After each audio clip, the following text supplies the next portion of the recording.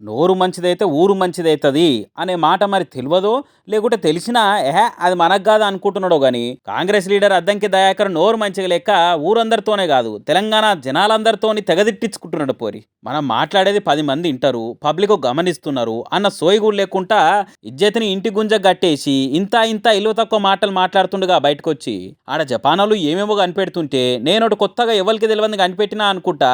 మొన్న ఏమన్నాడు, హరీష్ రావు తెలంగాణలో వానలు పడకుండా క్షుద్ర పూజలు చేపిస్తున్నాడు అని ఆయనంతలా ఆయన అనుకొచ్చినా. క్షుద్ర పూజలు చేసి వానలను అడ్డుకోవాలని, మంచిని చేయడాన్ని అడ్డుకోవాలని, లేదంటే ప్రభుత్వ వ్యతిరేకత పెరగాలని, ప్రభుత్వానికి నష్టం జరగాలని వాళ్ళు చేస్తున్న ప్రయత్నం చూస్తే ఒకంత నవ్వుతో పాటు మరింత ఒక ఆవేశం వస్తున్న పరిస్థితి.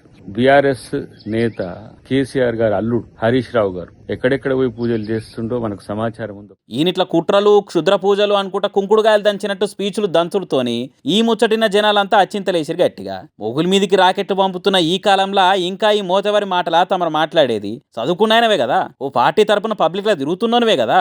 ఎవరన్నా వచ్చి చేతబడులు క్షుద్ర పూజలు ఉన్నాయి 3 తువ్వల కాడ 30 సుక్కల ముగ్గేసి నిమ్మకాయలు కోడిగుడ్లు పెడితే ఎవరినైనా ఏమైనా చేయొచ్చు అని మసిబట్ట మాటలు మాట్లాడితే గడ్డి పెట్టి వాళ్ళను తొవ్వలు పెట్టేది పోయి నువ్వే ఇట్లా మాట్లాడితే జనాలు దేంతోనో కాదు నోటితోనే నవ్వుతారని కూడా ఆయనతో ఆలోచన చేయలేదా సారు? సరే, ఇంతమంది చేతబడి నిమ్మకాయలే కండ్ల విండినట్టు కామెంట్లు వేస్తున్నారు, రుద్ర పూజలో అంటే కౌంటర్లతో బడిత పూజ చేస్తున్నారు అని కూడా ఆలోచన చేయకుండా అదే స్టాండ్ మీద ఉన్నా అని మళ్ళీ ఏమంటాడు, ముఖ్యమంత్రికి చెడ్డ పేరు రావాలి, వర్షాలు రావద్దు, ఇంకోటి ఏందో చెయ్యొద్దు అని చెప్పి పిచ్చి పూజలు ఎందుకు చేస్తున్నారు?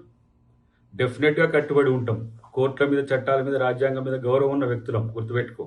ఏదో నువ్వేదో లీగల్ నోటీసులు పంపించగానే అబు అని చెప్పి భయపడేటోళ్ళం అనుకున్నావా? ఎక్కడ నాకు అర్థం కాలే. ఇన్నర్గా ఇంత పంచాదైతున్నందుకన్నా మారి ఆయన మాటని వెనక తీసుకుంటాడేమో అని అంటే నేను చెప్పిందే కరెక్ట్ అని పట్టిండు. ఏహపో వీళ్ళతో నాకేంది అని ఉత్తా ఊకుందామనంటే ఇట్లనే ఉంటే రేపు ఇంకేం మిగిలిన తక్కువ వేసాలు వేస్తారో అని హరీష్ రావు లీగల్ నోటీసులు పంపించి బరాబర్ సారీ చెప్పవలసిందే అన్నాడు. అప్పటికన్నా మారి ఏమన్నా తవ్వకొచ్చిందా అంటే అది లేదు. అయినా రాజకీయాలన్నాక పక్క పాటల మీద 10 తీర్ల మాటలు అనాలి, పంచులు వేయాలి, పబ్లిక్లో పల్సగా చేయాలి, పతారా తక్కువ చేయాలి, ఇవన్నీ అనుకున్నట్లు తప్పే లేదు. కానీ దానికి కూడా ఓ పద్ధతి అద్దు పద్దు ఉంటది కదా. ఈశ్వరుడు నోరిచ్చిండు కదా అని ఇష్టం ఉన్నట్టు మాట్లాడితే ఇనే జనాలైనా ఊకుంటారా? చూసుకుంటా కూసుంటారా? 3 నమ్మకాల ముసుగేసుకుని జనాలు ఇంకిత చీకట్లకు తీసుకుపోతానంటే ఇంటున్న మేధావులు ఉత్తగుంటారా? అందుకే తీరొక్క మాటలతో ఒక్క తీరు కరుచుకుంటారు. ఈయనకో దండమయ్య, మంది మీద బండలు ఎత్తేసి బదనాం చేసుకుంటా రాను రెండో బండి సంజయ్ అవుతుండగా అనుకుంటా దండిగా నోటి నిండా అరుచుకుంటా చేతి నిండా సోషల్ మీడియాలో కామెంట్లు పెడుతున్నారు జనాలు.